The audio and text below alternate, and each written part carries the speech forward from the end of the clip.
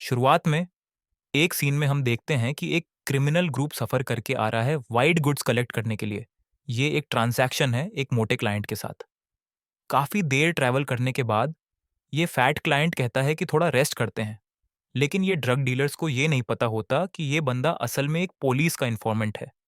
ये मोटे आदमी ने ऑलरेडी अपनी लोकेशन पुलिस को भेज दी होती है और पुलिस ने हमारे मेन कैरेक्टर लाई को इंस्ट्रक्शंस दिए होते हैं सस्पेक्ट्स को टारगेट करने के लिए। लाई ने एलाइड इन्फॉर्मेंट की पोजीशन आइडेंटिफाई कर ली थी और अब वो एक्शन लेने के लिए रेडी था। लेकिन उसके बिल्कुल बाद ही जो क्रिमिनल मास्टरमाइंड है उसको एक कॉल आता है। उस मोमेंट पर उसको रियलाइज होता है कि ये असली कस्टमर नहीं है। गुस्से में आके वो इन्फॉर्मेंट को जोर से पंच करता है और अपना गन निकाल लेता है उसी वक्त उससे निपटने के लिए। पुलिस टीम तुरंत एक्शन लेती है लेकिन उन्हें समझ नहीं आता कि उनका इन्फॉर्मेंट कैसे एक्सपोज हो गया। तभी लाई तेजी से रिएक्ट करता है। वो मास्टरमाइंड पर एक शॉट लेता है ताकि वो इन्फॉर्मेंट बचा सके। फिर वो और भी शॉट्स फायर करता है ताकि बाकी हेंचमैन से निपट सके। एक आदमी ट्री के पीछे छुपने की कोशिश करता है लेकिन लाई उस ट्री के पार से ही गोली चला के उसे मार देता है। अब सिर्फ मास्टरमाइंड बचा है और वो पुलिस इन्फॉर्मेंट को ले जाता है। होस्टेज बनाकर वो उन्हें धमकाता है और फिर वहां से एस्केप कर जाता है। पुलिस का सिग्नल अचानक से डिसअपियर हो जाता है। बाद में लाई उस लास्ट लोकेशन पर पहुंचता है जहां तक इन्फॉर्मेंट का सिग्नल डिटेक्ट हुआ था। उसके साथ उसका टीम लीडर कैप्टन वैंग और पूरी टीम भी पहुंचती है। वहां उन्हें यह नोटिस होता है कि इन्फॉर्मेंट ने एक फैन छोड़ा था जो उस डायरेक्शन में पॉइंट कर रहा था जहां से क्रिमिनल्स भागे हो सकते हैं। कैप्टन वैंग फॉरेस्ट गार्ड से पूछता है, क्या यह पॉसिबल है कि क्रिमिनल्स पानी के पॉन्ड के नीचे छुपे हों? लेकिन गार्ड कहता है कि यह पॉसिबिलिटी काफी लो है क्योंकि ऑलमोस्ट हर साल वहां से डेड बॉडीज मिलती हैं। लोकल लोग और जानवर उस एरिया से नेचुरली दूर रहते हैं। लोग उस जगह को मैन ईटिंग पॉन्ड कहते हैं। हालांकि उनका यकीन इन सुपरस्टिशंस पर नहीं है।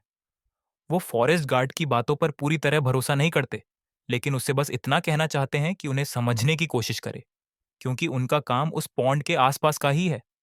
वो उस पर कोई प्रेशर नहीं डालते, बोलते हैं, अगर तुम्हें जाना है तो you are free to leave. वो ओल्ड मैन ये समझकर कि अब और कन्विंस नहीं कर सकता, वहां से चला जाता है। कुछ देर मार्च करने के बाद अचानक लाई को अपने जहन में एक अजीब सी इमेज दिखाई देती है। जब उसके टीममेट्स उससे पूछते हैं कि क्या वो, लाई कहता है, शायद आंख में कुछ चला गया है। लेकिन बाद में उन्हें एक पैसेज मिलता है जो एक वाटरफॉल के पीछे छुपा हुआ था। कैप्टन वॉन्ग इंस्ट्रक्शंस देता है, सिर्फ सबसे लाइट इक्विपमेंट लेकर आगे बढ़ो। वो लोग काफी अंदर तक जाते हैं और रास्ते के पास उन्हें एक ड्राइड कॉप्स मिलता है। जब उसका एग्जामिनेशन करते हैं तो देखते हैं कि कॉप्स के हाथ इस तरह से पोजीशन्ड हैं जैसे वो दुआ कर रहा हो, लेकिन उस जगह और कोई रास्ता नहीं मिलता। अचानक लाई अपना चश्मा उतारता है और हैरान रह जाता है जब पूरी केव एकदम से लाइट अप हो जाती है। वॉल्स पर कई फेस लाइक शेप्स नजर आते हैं। उसकी आंखें चमकने लगती हैं और जमीन क्रैक होने लगती है। और तभी डीमन फेस्ट नाम का एक टेरिफाइंग स्टैच्यू लाई के बिल्कुल सामने अपीयर होता है। लाई उसके पास जाने लगता है, हाथ बढ़ाता है उसे टच करने के लिए, जबकि उसके आसपास सब लोग अभी भी कंफ्यूज हैं, समझ ही नहीं पा रहे कि हो क्या रहा है। जैसे ही लाई अपना हाथ उस स्टैच्यू की आंख में डालता है, अचानक पूरी केव शेक करने लगती है। लेकिन उस शेकिंग के बाद एक पुराना सा दरवाजा खुलता है। अंदर जाकर उन्हें क्रिमिनल्स का वेयरहाउस मिलता है। लेकिन जब वो बॉक्सेस चेक करते हैं तो सब हैरान रह जाते हैं। सब बॉक्सेस बिल्कुल खाली हैं। तभी अचानक वो इन्फॉर्मेंट बाहर भागता है और चिल्लाता है, रन! यहाँ एक मॉन्स्टर है। उसके पीछे ही मास्टरमाइंड भी भागता है, अपना वेपन जमीन पर फेंक देता है और सबके होश उड़ जाते हैं जब मास्टरमाइंड घुटनों पर गिर के भीख मांगता है, बस मुझे अरेस्ट कर लो, लेकिन प्लीज मुझे यहां से ले चलो। लेकिन उसे समझने का वक्त भी नहीं मिलता, क्योंकि तभी दरवाजा जोर से बंद हो जाता है। वो मोटा आदमी गुस्से में बोलता है, ये सब उस मास्टरमाइंड की गलती है। इसी ने तो ये श्रापित जगह चुनी थी माल छुपाने के लिए। कैप्टन वांग उससे पूछता है, क्या कोई और रास्ता है बाहर निकलने का? लेकिन वो कहता है, हम सब मरने वाले हैं। अंदर एक दरिंदा है, एक फियर्स मॉन्स्टर। कैप्टन वांग डिसाइड करता है कि वो खुद जाकर सिचुएशन चेक करेगा, लेकिन मोटा आदमी डर के मारे कह देता है, मैं वापस उस हेल में नहीं जा रहा। लेकिन क्योंकि उसे अंदर की सिचुएशन सबसे बेहतर पता है, कैप्टन वांग गुस्से में उसे देखता है और कहता है, तुम्हारे अलावा और कौन जानता है अंदर का रास्ता? तुम्हें चलना ही पड़ेगा। और हां, यह मत भूलो, यह तुम्हारा काम है। लाई उसे एक गन देता है और बोलता है, सेल्फ डिफेंस के लिए रख लो, कुछ भी हो सकता है। फिर सब लोग अंदर बढ़ते हैं और फाइनली सेकंड एग्जिट तक पहुंच जाते हैं। वहां मास्टरमाइंड उनके लिए दरवाजा खोलता है और कहता है, मैं तुम लोगों के साथ आ गया हूं, अब तुम्हारा फर्ज है मुझे जिंदा यहां से बाहर निकालना। कैप्टन वैंग अपनी टीम को अलर्ट करता है, सब होशियार रहना, अंदर हर मूव केयरफुली लेना है। चलते चलते लाई उस मोटे आदमी से क्वाइटली पूछता है, फॉरेस्ट में जब किसी ने तुम्हारे सिर पर गन रखी थी तब तो तुम नहीं डरे, अब इतना फियर क्यों हो रहा है? वो थोड़ा रुककर बोलता है, गन्स से तो डील हो सकती है, लेकिन मॉन्स्टर्स के साथ कोई नेगोशिएशन नहीं होती। लाई calmly replies, but you can with people, monsters don't listen, they just kill. तभी अचानक से टीम के दो सोल्जर्स बिना वार्निंग के मॉन्स्टर के हाथ लग जाते हैं। एक ही झटके में वो दोनों को मार डाला जाता है और मॉन्स्टर घूमकर टीम की तरफ रश करता है। टीम पूरा फायर पावर अनलीश कर देती है, गन्स, राइफल्स, सब कुछ। लेकिन मॉन्स्टर पर कोई असर ही नहीं होता। लाए और एक टीममेट आगे बढ़ते हैं सिचुएशन चेक करने के लिए। वो देखते हैं सोल्जर्स के बॉडीज वहां हैं, लेकिन मॉन्स्टर गायब। तभी वो सडनली केव के स्टोन पिलर्स के बीच से एक शैडो की तरह निकलता है, लाए पर अटैक करता है। लाए रिएक्ट करता है और एक पावरफुल मूव से मॉन्स्टर को भी और अपना गन भी दूर फेंक देता है। उसका टीममेट इंस्टेड ऑफ रनिंग वहां ही खड़ा रहता है, होपलेसली फायरिंग करता रहता है जब तक मॉन्स्टर उसे कैच करके डिवावर्स हिम। एक हॉरिफाइंग स्क्रीम के साथ उसका बॉडी उस मॉन्स्टर के अंदर डिसअपियर हो जाता है। लाए तुरंत रिएक्ट करता है, अपना गन वापस उठाता है और मॉन्स्टर पर फायरिंग शुरू कर देता है, लेकिन फिर भी कोई इफेक्ट नहीं होता। तब वो कामली मॉन्स्टर के सिर की तरफ एम करता है, एक ही स्पॉट पर बार बार फायर करता है जब तक एक छोटा सा होल क्रिएट नहीं हो जाता। अचानक मॉन्स्टर का शरीर डिसॉल्व होने लगता है और उसकी जगह छोटी छोटी ब्लैक बीड्स बन जाती हैं जो फ्लोर पर गिरती हैं। जब सबको लगता है कि इट्स फाइनली ओवर, वही ब्लैक बीड्स एक स्ट्रेंज डायरेक्शन में रोल होने लगती हैं और उसी मोमेंट डजन्स, फिर हंड्रेड्स ऑफ मॉन्स्टर्स वहां अपीयर हो जाते हैं। वो सब टीम की तरफ एडवांस करते हैं और केव का एंट्रेंस ब्लॉक कर देते हैं, फोर्सिंग कैप्टन वांग और उसकी टीम को रिट्रीट करने पर मजबूर कर देते हैं। सब मॉन्स्टर्स से डिस्टेंस बनाए रखते हुए भागने लगते हैं और एक ओल्ड वुडन ब्रिज तक पहुंच जाते हैं जो केव के अंदर डीप जाता है। ब्रिज के एंड तक सिर्फ दो लोग बचे होते हैं, मोटा आदमी और लाई। सिचुएशन इंटेंस होती जा रही होती है। लाई एक क्लेवर मूव करता है, वो ब्रिज के एक साइड पर शूट करता है ताकि वो कोलैप्स हो जाए और मॉन्स्टर्स का रास्ता बंद हो जाए। कुछ देर के लिए लगता है प्लान सक्सेसफुल हो गया है, लेकिन ये क्रीचर्स वॉल पर चढ़ने लगते हैं। एक मॉन्स्टर नीचे से क्रॉल करता हुआ ब्रिज के नीचे से आता है और मोटे आदमी की लेग पकड़ लेता है। वो पैनिक में चिल्लाता है, लेकिन लाई उसे पकड़ के रखता है और एक प्रिसाइज शॉट से क्रीचर को गिरा देता है। टेंशन पीक पर होती है जब मॉन्स्टर्स ऑलमोस्ट लाई तक पहुंच जाते हैं। तब नीचे से कैप्टन वांग उनके लिए कवर फायर प्रोवाइड करता है। उसकी कवर अमावस्यक में उसकी फायरिंग उनका ध्यान हटा देती है। लाए तुरंत डिसाइड करता है पूरा ब्रिज ही गिराना पड़ेगा। वो मोटे बंदे को कहता है, ब्रिज रोप पकड़, स्लाइड कर। फिर वो उसे लिटरली थ्रो कर देता है रोप की तरफ और खुद भी जंप कर लेता है। दोनों रोप पर स्लाइड करते हैं, नीचे पत्थर होते हैं। इम्पैक्ट डेडली हो सकता था, लेकिन लास्ट सेकंड पर लाई उसे पकड़ के संभाल लेता है। मोटा आदमी सेफली डिसेंड कर जाता है रोप के थ्रू, लेकिन अब पूरी ग्रुप एक कोने में फंस जाती है। मॉन्स्टर्स हर तरफ से घेर लेते हैं। टेंशन थिक होती जा रही होती है। तभी अचानक से डिस्टेंस में एक टावर लाइट अप होता है। एक पुराना रस्टेड डोर खुलता है और वहां से फॉरेस्ट गार्ड निकलता है। उसकी आंखों में गिल्ट भी होता है और थोड़ा सा गुस्सा भी। वो बोलता है, मैंने वार्न किया था तुम लोगों को, पर तुम लोग सुनते ही नहीं। पूरी ग्रुप स्टंड होती है। मास्टरमाइंड उसे पहचान लेता है। ये वही है जिसने यहां माल छुपाने का आइडिया दिया था और जिसने बताया था कि मोटा आदमी एक पुलिस का इन्फॉर्मेंट है। सब रियलाइज करते हैं ये तो एक ट्रैप था। फॉरेस्ट गार्ड ने शुरू से प्लान किया था कि ड्रग डीलर्स को यहाँ मॉन्स्टर्स के हवाले कर दिया जाए, एक तरह से क्लीन अप ऑपरेशन। उसका मानना था कि ये लोग सोसाइटी के लिए थ्रेट हैं और मॉन्स्टर्स उनसे बेटर जस्टिस करेंगे। लेकिन कैप्टन वांग की टीम डिस्पाइट वार्निंग्स फिर भी यहाँ एंटर कर गई थी। जब कैप्टन वांग गुस्से से पूछता है, तुम हो कौन? पुराना आदमी शांत से कहता है, मुझे याद नहीं। फिर वो स्मोक ब्लो करता है। आसपास धुआं उठता है, जैसे इल्यूजन बन रहा हो। उसकी बॉडी मॉर्फ होने लगती है और वो अपनी असली फॉर्म में आ जाता है। एक पुराना सॉर्सरर जिसने मेरी असली शक्ल देखी है, वो जिंदा नहीं रहा। वो बोलता है, वो मॉन्स्टर्स को हुक्म देता है, अटैक। लेकिन तभी लाई एक मॉन्स्टर को एक ही स्लैश में गिरा देता है। शॉकिंग। उसकी आंखें ग्लो करती हैं, हाथ में एक अजीब सी चमकती हुई छुरी। बिना डरे वो मॉन्स्टर्स की तरफ चार्ज करता है, टीम को प्रोटेक्ट करते हुए। मॉन्स्टर्स लाई की ग्लोविंग आईज और उस पावरफुल स्लैश को देखकर फियर महसूस करते हैं और रिट्रीट कर जाते हैं। सॉर्सरर स्टन्ड रह जाता है। ये कैसे हो सकता है? वो कहता है, तुम वान से कनेक्टेड हो। लाई कंफ्यूज होता है। वान? मैं नहीं जानता ये कौन है।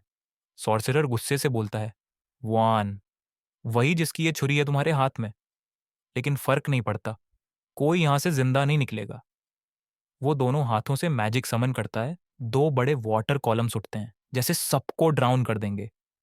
लेकिन उसी वक्त एक बैरियर क्रैकल करता है और सॉर्सरर का मैजिक इंस्टेंटली ब्रेक हो जाता है। ऊपर केव सीलिंग से एक आदमी फ्लाई करते हुए नीचे लैंड करता है, ग्रेसफुल और टेरिफाइंग। सॉर्सरर शॉक में कहता है, ये ये तो वूमायन है। वूमायन कामली कहता है, तुम कितने बोल्ड हो मेरे नाम को लाउडली बोलने की हिम्मत की। लैंडिंग के बाद वुअन उसे देता है एक कोल्ड ग्लेयर। वूमायान ठंडे लहजे में कहता है, दो चॉइसेस हैं, सुइसाइड या एग्जीक्यूशन। सॉर्सरर घबराकर बोलता है, मैं कल्टीवेशन कर रहा हूं, मैं रेडी हूं। वो तुरंत स्टोन पिलर समन करता है और जमीन कांप उठती है। इस केओस में मास्टरमाइंड एक हाई लेज से गिरता है और जान दे देता है। फैट गाय और कैप्टन वैंग पिलर्स के साथ हवा में लिफ्ट होने लगते हैं। लेकिन वू मयन सिर्फ एक हाथ हिलाता है, स्टोन्स गायब हो जाते हैं। फिर वो आगे बढ़ता है। सॉर्सरर डेस्परेट होकर एक अटैक करता है, लेकिन वूमायान एक ही स्टेप में डॉज करता है, उसका स्टाफ नॉक कर देता है और गन उसके सिर पे सेट कर देता है। सॉर्सरर घुटनों पर गिर जाता है। रहम करो। हाँ, मैंने तुम्हारा इलेक्सिर चुराया था, मेरी गलती थी। लेकिन वूमायान जाना जाता है अपनी ग्रजेस के लिए, वो माफ नहीं करता। तब सॉर्सरर एक और ऑफर देता है, रुको, मेरे पास एक और राज्य है। पता चलता है वूमायन ने अपना आधा एलिक्सर किसी और के साथ शेयर किया था, और अगर सॉर्सरर मर गया तो वूमायन कभी नहीं जान पाएगा कि वो कौन था। वूअन उसे एक मौका देता है अपने अकॉम्प्लिस का नाम बताने का। सॉर्सरर आखिरकार कन्फेस करता है, मेरा नेफ्यू था। वूमायन तुरंत लाई से कहता है, उसकी गन उठाओ कि और इसे खत्म करो। सॉर्सरर चीखता है, तुमने वादा किया था। लेकिन वूमैन कामली कहता है, मैंने कहा था मैं तुम्हें नहीं मारूंगा, लेकिन मैंने ये नहीं कहा था कि कोई और नहीं मारेगा। नेक्स्ट मोमेंट वो लाइटनिंग स्पीड से लोई का नाइफ पकड़ता है और कैप्टन वांग की टांग पर एक स्लैश मार देता है। फिर उसे होस्टेज बनाकर वो उनको थ्रेट करता है, पर वो अनकैलमली पूछता है, क्या तुम सच में समझते हो कि मैं? फिर उसे याद आया कि उसके हाथ में किसका नाइफ था। ये सोचकर वो थोड़ा कंफ्यूज हो गया। इसी बीच उसे जोर से फेंक दिया गया और गन लाई को दे दी गई ताकि वो काम खत्म करे। लाई हेजिटेट करता है, लेकिन जब वो आदमी वापस लड़ने की कोशिश करता है, लाई मजबूरी में ट्रिगर दबा देता है। उसके बाद वू साइलेंटली आगे बढ़ता है और उसी नाइफ से सॉर्सरर का बनाया हुआ टावर डिस्ट्रॉय कर देता है। जैसे ही टावर गिरता है, सब हैरान हो जाते हैं, क्योंकि वू मयान के हाथ में एक गोल्डन स्कल होता है। अचानक सॉर्सरर की ईविल एनर्जी हवा में उछलती है और सीधे लाए के जिस्म में घुस जाती है।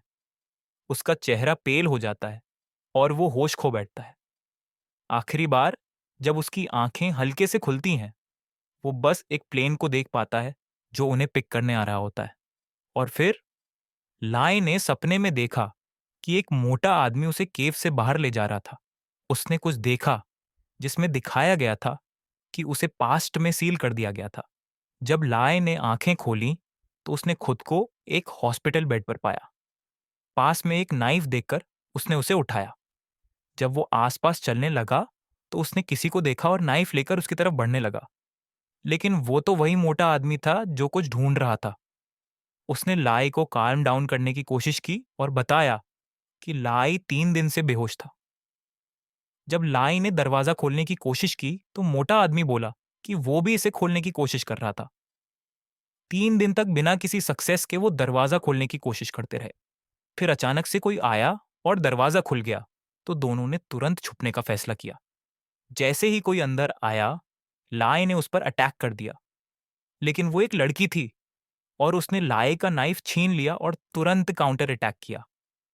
जब लाई ने एक कर्टन उठाकर उसकी विजन ब्लॉक करने की कोशिश की तो उस लड़की ने उसे आधा काट दिया।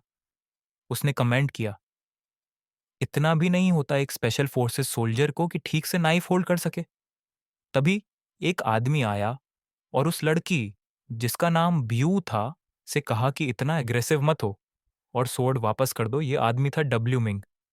मिंग ने एक्सप्लेन किया कि उन सबको हेल्थ चेक के लिए रोका गया है क्योंकि कोई इशू नहीं था, लेकिन वो मोटा आदमी तुरंत वहां से निकलना चाहता था। तब बायू ने कहा कि माइंडो ब्यूरो कोई ऐसी जगह नहीं है जहां लोग अपनी मर्जी से आए जाएं। मिंग ने उनसे कहा कि वो उसके साथ चलें क्योंकि ब्यूरो चीफ उनका इंतजार कर रहा था। रास्ते में मिंग ने एक्सप्लेन किया कि मिंडो ब्यूरो उन केसेस को हैंडल करता है जो नॉर्मल लोग सॉल्व नहीं कर सकते, जैसे हाल ही में लेक में जो इंसिडेंट हुआ था। फिर मिंग उन्हें माउंटेन के ऊपर एक विला ले गया। अंदर जाते ही उसने उन्हें सीधे ब्यूरो चीफ के रूम में ले जाने लगा। मोटा आदमी सोचने लगा कि ब्यूरो चीफ तो शायद कोई बहुत ही इंप्रेसिव इंसान होगा जो इतना बड़ा सेटअप हैंडल कर रहा है। उसके अपने शेफ थे, लेकिन जब मेंग ने उसे करेक्ट किया और बताया कि ये गांग है उनका ब्यूरो चीफ, तो चीफ ने दोनों को डिनर के लिए इनवाइट किया। उसने इन्फॉर्म किया कि वो दोनों अब एमडीओ ब्यूरो के इन्वेस्टिगेशन ऑफिसर बनने वाले हैं। जब मिंग ने रिक्वेस्ट की कि उन्हें उसके डिपार्टमेंट में डाल दिया जाए क्योंकि डिपार्टमेंट 2 हमेशा अच्छे स्टाफ ले जाता था, तो चीफ ने पूछा कि इतनी जल्दी क्यों कर रहे हो जब अभी तक कॉन्ट्रैक्ट्स भी साइन नहीं हुए। फैट गाय ने रिफ्यूज कर दिया कि उसमें इस काम का कोई टैलेंट नहीं है और लाई को लगा कि वो मिलिट्री सर्विस के लिए ज्यादा सूटेबल है। चीफ ने जबरदस्ती नहीं की, बोला कि ये काम म्यूचुअल अग्रीमेंट से होना चाहिए। लेकिन वो अपने ओरिजिनल यूनिट्स में वापस नहीं जा सकते थे क्योंकि उनके military transfer papers already sign हो चुके थे, चाहे उन्होंने खुद साइन न किए हों। फैट गाय ने ब्लाई से कहा कि चीफ ने उनका रिट्रीट पहले से ही ब्लॉक कर दिया था।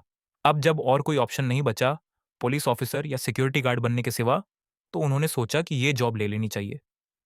जब फैट गाय ने पूछा कि ये काम मुश्किल तो नहीं होगा, चीफ ने बताया कि हाँ चैलेंजिंग है लेकिन बेनिफिट्स 10 ऑन 10 हैं। ये सुनते ही कि ये जॉब उनकी प्रीवियस जॉब से 10 टाइम्स बेटर है, दोनों ने एक्सेप्ट कर लिया। फिर मिंग उन्हें अपने डिपार्टमेंट ले गया। कॉन्ट्रैक्ट के मुताबिक ये एक लाइफ टाइम जॉब थी जिसका कोई एंड डेट नहीं था। उसके बाद वो उन्हें विला के नीचे ले गया, एक मैसिव बेस और उनका असली वर्क प्लेस दिखाने। जब वो अंदर गए तो उनकी मुलाकात हुई पू जून से, जो एक टॉयलेट ठीक कर रहा था और हर चीज तोड़ने के लिए मशहूर था। जब मिंग ने पूछा कि बाकी लोग कहाँ हैं, तो पता चला कि डिपार्टमेंट 2 ने सबको बोरो कर लिया था। मिंग को गुस्सा आया कि दूसरे डिपार्टमेंट हेड ने बिना उसकी परमिशन के उसके लोग ले लिए। थोड़ी देर बाद बाओ आई और मिंग से कहा कि नए स्टाफ को क्लोजिंग टाइम से पहले इक्विपमेंट दिलवा दें। फिर वो दोनों को अपने डिपार्टमेंट हेड मिस्टर यू से मिलवाने ले गई। मिस्टर यू ने उन्हें एक एक ब्रेसलेट दिया। ये ब्रेसलेट्स उनका एक्सेस पास थे, ब्यूरो के लिए कम्युनिकेशन डिवाइस और लोकेटर भी। सबसे इंपॉर्टेंट बात यह थी कि ये ब्रेसलेट्स वेयरर की लाइफ स्टेटस डिटेक्ट कर सकते थे, जिससे ब्यूरो को पता चल जाता कि अगर कोई ट्रबल में हो। फिर बाओ ने उन दोनों के लिए इक्विपमेंट लाया, एक गन और एक बैटन। उनका एक 3 महीने का प्रोबेशन पीरियड रखा गया था। उनका असेसमेंट होगा टू ऑफिशियली बिकम एम्प्लॉइज और बाओ उन दोनों की सुपरवाइजर बनेगी। इसी वक्त ब्यूरो चीफ दोबारा मिला वूमयान से। उसने उसके लिए लॉज आई संभाल कर रखा था। जब वूमयान ने पूछा कि चीफ ने फैट गाय को भी क्यों रखा, तो चीफ ने कहा कि उसका अपना आई फॉर टैलेंट है। उसने बताया कि लाए ने एक पुराने विज़र्ड की पावर अब्सॉर्ब कर ली थी, तो फ्यूचर में इश्यूज हो सकते हैं। लेकिन वू मायान ने कॉन्फिडेंटली कहा कि वो किसी भी प्रॉब्लम को हैंडल कर सकता है। वू मायान ने चीफ के लिए 2 टोटेम इमेजेस वापस लाए। ये दोनों काफी सिमिलर थे और उन 2 किंगडम से बिलोंग करते थे जो डेजर्ट में डिसअपियर हो चुके थे। इस टाइम पर बाओ फैट गाय और लाए को लाइब्रेरी ले गई और कहा कि जितनी ज्यादा बुक्स हो सके पढ़ो, क्योंकि एक टेस्ट होगा। फैट गाय ने चाहा कि लाई उसके लिए पढ़े और टेस्ट में उसे कॉपी करने दे, लेकिन लाई ने तो स्कूल भी प्रॉपरली फिनिश नहीं किया था आर्मी ज्वाइन करने से पहले, तो शायद उसे खुद भी सब समझना आए। बाओ ने दोनों को एडवाइस किया कि प्रॉपरली और एक्सटेंसिवली पढ़ो, क्योंकि ये उनकी अडेप्टेशन में हेल्प करेगा। यहाँ टोटल 6 इन्वेस्टिगेशन डिपार्टमेंट्स थे। उनका डिपार्टमेंट एक जनरल इन्वेस्टिगेशन के लिए था और पहले सबसे बड़ा था। लेकिन जब एक ट्रेटर सामने आया, तो डिपार्टमेंट एक की अथॉरिटी गिर गई। अब डिपार्टमेंट 2 ब्यूरो का कोर बन चुका था। सिर्फ डिपार्टमेंट हेड्स को ही ट्रेटर वाले इंसिडेंट के बारे में पता था। डिपार्टमेंट 3 पूरे साल ओवरसीज काम करता था, इसीलिए रेयरली ब्यूरो में दिखता था। डिपार्टमेंट 4 सर्वे वर्क में स्पेशलाइज करता था। डिपार्टमेंट 5 रिस्पॉन्सिबल था इंफॉर्मेशन गैदर करने और इक्विपमेंट प्रोवाइड करने के लिए। डिपार्टमेंट 6 उन टास्क्स को हैंडल करता था जो डिपार्टमेंट 5 नहीं कर सकता था। भाव ने स्पेशली वार्न किया कि डिपार्टमेंट 6 के हेड को कभी ऑफेंड मत करना। फिर बाओ उन्हें अंदर ले गई, जहां उन्होंने देखा कि एक ग्रुप लोग पास हो रहा था। ये ग्रुप डिपार्टमेंट 2 का था और बीच में जो बंदा था वो था डिपार्टमेंट 2 का हेड, के बिलो, यानी डायरेक्टर के। जब वेन मिंग ने सोचा कि ये लोग यहाँ क्यों आए हैं, बाओ ने एक्सप्लेन किया कि इस पर्टिकुलर केस के लिए ब्यूरो चीफ चाहता था कि डिपार्टमेंट 1 और 2 मिलकर काम करें, लेकिन दोनों डिपार्टमेंट हेड्स एक दूसरे के साथ काम करना पसंद नहीं करते थे। डायरेक्टर के को लगता था कि उसका वेन मिंग के स्टाफ को बिना पूछे बोरो कर लेना बिल्कुल नॉर्मल था, क्योंकि पिछले 1 साल में डिपार्टमेंट 1 ने ज्यादा केसेस सॉल्व नहीं किए थे। पिछले बिट्रेयल इंसिडेंट के बाद डिपार्टमेंट 1 का इन्फ्लुएंस और भी गिर गया था। डायरेक्टर क्यू ने वेन मिंग को यह भी एडवाइस किया कि वो जल्दी रिजाइन कर दे, क्योंकि अब डिपार्टमेंट 2 रैपिडली टॉप पर जा रहा था, thanks to their high case solving rate. लोग कह रहे थे कि अगर ब्यूरो चीफ रिटायर हो गया तो डायरेक्टर क्यू उसकी जगह ले लेगा। फैट गाय ने ये केस स्किप करना चाहा, लेकिन वेन मिंग ने उसे फोर्स किया, ताकि लोग ये ना बोलें कि वो अपने स्टाफ को कंट्रोल नहीं कर सकता एज अ बॉस। जब वो डिपार्ट कर रहे थे, तो ब्यूरो चीफ ने बताया कि उनका मिशन इस बार एक ancient ruin under the desert की इन्वेस्टिगेशन करना है। पहली इन्वेस्टिगेशन में ये रूइन एक लेजेंडरी एंशंट कंट्री से लिंक्ड था। एक फाइवर्स आर्कियोलॉजिकल टीम पहले ही रूइन में गई थी, लेकिन कभी वापस नहीं आई। एक रेस्क्यू टीम भी भेजी गई थी, लेकिन वो भी रिटर्न नहीं हुई। इसलिए अब मिंडो ब्यूरो को ये काम दिया गया। उनका प्रायोरिटी मिशन था उन लोगों को रेस्क्यू करना जो अब भी रूइन के अंदर ट्रैप्ड हैं। द रूइन पर जल्दी एक्शन लेना जरूरी था बिफोर नीचे वाले लोगों के सप्लाईज खत्म हो जाएं। जब मिंग ने डायरेक्टर के को पहले ही वार्न किया था कि अपने लोगों को ऑर्डर देने का सोचना भी मत, लाई और वो मोटा आदमी ने पुआन से पूछा कि दोनों डिपार्टमेंट हेड्स एक दूसरे से इतनी नफरत क्यों करते हैं। लेकिन पुआन हाइट से इतना डर रहा था कि जवाब नहीं दे पाया। कुछ देर बाद जब वो लोकेशन पर पहुंचे आफ्टर लैंडिंग, डायरेक्टर क्यू ने अपने लोगों को नीटली लाइन में खड़ा होने को कहा ताकि वो पर्सन इन चार्ज से मिल सकें। वहां डायरेक्टर क्यू ने रिक्वेस्ट किया कि लोगों को दूर रखा जाए ताकि कोई इंटरफेरेंस ना हो। मिंग अपने नाम की तरह आगे बढ़कर हैंडशेक करने और ग्रीट करने गया। वो मायान भी नियर बाय था, सिचुएशन को क्लोजली ऑब्जर्व कर रहा था। जब उन्होंने आर्कियोलॉजिकल टीम के छोड़े गए इन्फो को एग्जामिन किया, तो रूइन के स्ट्रक्चर का एक जनरल आइडिया मिल गया। डायरेक्टर क्यू ने फिर बीवाईओ को कहा कि यहाँ ऊपर लोगों को कंट्रोल करें और किसी को नीचे न जाने दें, ताकि कोई उसके काम में इंटरफेयर ना करे। अगर कल सुबह तक वो लोगों को वापस लेकर नहीं आया, तो मिंग रिमेनिंग लोगों को कमांड करेगा। मिंग ने बीवाईओ को सिग्नल कवरेज अरेंज करने को भी कहा ताकि डायरेक्टर क्यू नीचे कहीं बेरिड न हो जाए। उस रात मोटा आदमी ने लाई से पूछा कि डिपार्टमेंट 2 के लोगों का अब तक कोई न्यूज क्यों नहीं आया। लाई का मानना था कि उनका डिपार्टमेंट हेड कोई निकम्मा आदमी नहीं है, इसीलिए उसे ज्यादा टेंशन नहीं लेनी चाहिए।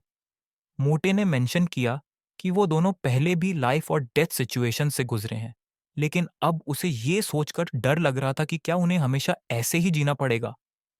फिर सोचा कि ओवरथिंकिंग का कोई फायदा नहीं और दोनों ने जल्दी सोने का फैसला किया। मध्य रात्रि में अचानक लाई ने देखा कि एक झुंड बकरियों का पास कर रहा है। वो निकटतम एक बकरी के पीछे चल दिया और जब मोटा आदमी ने लाई का टेंट से निकलना नोटिस किया, उसने अपना कोट उठाया और फॉलो करने लगा। बाऊ ने भी देखा कि दोनों अपने टेंट्स छोड़कर जा रहे हैं। मोटा लाई तक पहुंच गया और पूछा, तू यहां मिडनाइट में क्या कर रहा है? जब लाई ने बकरी का जिक्र किया, मोटा उस पर बिलीव नहीं कर पाया क्योंकि डेजर्ट में बकरियां होना मुश्किल था। लाई को भी फिर वो बकरी दिखना बंद हो गई और उसने सोचा शायद उसका वहम था। लेकिन जैसे ही वो वापस मुड़ने लगे, अचानक वो दोनों क्विकसैंड में गिर गए। लाई ने एक प्रोट्रूडिंग ऑब्जेक्ट या रॉक को पकड़ने की कोशिश की। लाई ने कुछ रॉक्स को पकड़ने की कोशिश की, लेकिन वो क्रम्बल हो गई और वो नीचे गिर गया। किस्मत से वो एक गिरती हुई बड़ी चट्टान से बच गया और नियर बाय उसे एक गोट का स्केलेटन दिखाई दिया। वो तुरंत भागकर मोटे को जगाने गया, लेकिन जब बुलाने पर भी वो नहीं उठा तो लाई ने उसे जोर से थप्पड़ मारा। मोटे ने उठने के बाद पूछा, क्या लाई ऊपर चढ़ सकता है? लेकिन लाई बिल्कुल हेल्पलेस था। जगह इतनी वेदर्ड थी और रॉक्स इतने लूज थे कि उनका वेट बर्दाश्त नहीं कर सकते थे। मोटे ने हेल्प के लिए कॉल करने की कोशिश की, लेकिन कोई सिग्नल नहीं था, तो उन्हें गिव अप करना पड़ा। तभी अचानक लाई ने देखा कि एक अजीब क्रीचर मोटे के सिर पर खड़ा है। उसने तुरंत अपना गन उस पर पॉइंट किया और मोटे से कहा कि बिल्कुल स्टिल रहे। मोटे को वो क्रीचर दिखाई नहीं दिया, तो उसने लाई से कहा कि शूट मत कर। लेकिन वो क्रीचर अचानक लाई पर जंप कर गया, उसका हाथ काट लिया और उसका गन ले लिया। फिर उसने वो गन दोनों पर पॉइंट कर दिया। लाई ने एक सिग्नल दिया और फैट गाय के साथ एक रॉक के पीछे छुप गया। खुशकिस्मती से वो क्रीचर गन चलाना नहीं जानता था। अचानक एक स्टिक ऊपर से आई और क्रीचर के हाथ से गन गिर गया। गन से कुछ शॉट्स फायर हुए और वो क्रीचर एक छोटी सी नियर बाय टनल से भाग गया। उसके बाद बो वहां आई और बोला कि वो बो को ये ड्यूटी दी गई थी कि वो उन दोनों पर नजर रखे। उसने डिसाइड किया कि देखना चाहिए कि वो छोटी टनल कहाँ जाती है, इसलिए वो क्रॉल करके अंदर चली गई। क्रॉल करते वक्त बू को एहसास हुआ कि यहाँ के स्टोन पिलर्स नॉर्मल नहीं है। उसने उन्हें डाउई पहचाना। एक किंग ने ये इस देश को गिफ्ट किए थे, लेकिन इस देश का राजा एक ईविल रिलीजन का फॉलोअर था, जिसने एक टाबू तोड़ दिया और उसके रिजल्ट में डिवाइन पनिशमेंट आई, जिसने पूरे देश को रेगिस्तान के नीचे दबा दिया। बाऊ ने सोचा ये वही लॉस्ट कंट्री होगी। बाओ ने एक 3D मॉडल बनाया ताकि स्ट्रक्चर को प्रॉपरली ऑब्जर्व कर सके, लेकिन मोटा आदमी इंसिस्ट कर रहा था कि पहले कोई वे आउट ढूंढा जाए। लाय ने उसे वार्न किया कि पैनिक मत करो, जब मिंग जरूर लोग भेजेगा हमें ढूंढने। तभी बू ने कुछ डिस्कवर किया और फैट गाय को बोला कि कुछ मत छूना, लेकिन तब तक उसने एक पिलर पर एक बटन प्रेस कर दिया था। सीलिंग हिलने लगी और गिरने वाली थी, तो लाई ने तुरंत दोनों को धक्का देकर वहां से हटा दिया। नेक्स्ट मॉर्निंग जब मिंग लाय को टेंट में ढूंढने आया तो देखा कि लाय और मोटा दोनों गायब थे। बाऊ भी मिसिंग थी। इस वजह से मिंग को लोगों को आसपास के एरिया में इन्वेस्टिगेशन के लिए भेजना पड़ा। इस बीच लाय का ग्रुप रूइंस के नीचे सेफ था, लेकिन बाओ समझ नहीं पाई कि ब्यूरो चीफ ने इनिशियली मना किया था कि बाओ और लाई जैसे लोग इस केस में पार्टिसिपेट करें, क्योंकि दोनों अभी तक एक प्रॉपर इन्वेस्टिगेटर के लेवल तक नहीं पहुंचे थे। उसने उन्हें ट्रबल मेकर्स कहा और उसकी टोन काफी अनॉयड थी। लेकिन लाई को सडनली याद आया कि अगर वो यहीं वेट करते रहे तो जल्दी ही उनके पास ऑक्सीजन खत्म हो जाएगी। इसलिए उसने मोटे से कहा कि इन स्टोन पिलर्स को मूव करने में मदद करे। फैट गाय थोड़ा हेजिटेंट था, डर रहा था कि कहीं फिर कोई प्रॉब्लम ना हो जाए, लेकिन अगर कुछ नहीं करते तो दोनों मर जाते। तो दोनों ने मिलकर एक स्टोन पिलर को धक्का दिया और उसके नीचे एक पोल कोड रिवील हुआ। लाई ने रिस्क लिया और उस कोड को पुल किया, जिससे फ्लोर में एक सीक्रेट पैसेज खुल गया। लाई ने देखा कि ये जगह कोलैप्स होने वाली है, इसलिए उसने बाऊ और मोटे को पहले नीचे जंप करने को कहा और खुद कॉर्ड को पकड़ के डोर ओपन रखा। जब दोनों नीचे चले गए तब लाई खुद स्लाइड के थ्रू नीचे आया। स्लाइड के एंड पर उसने कल रात वाला क्रीचर फिर से देखा, लेकिन वो तुरंत डिसअपियर हो गया।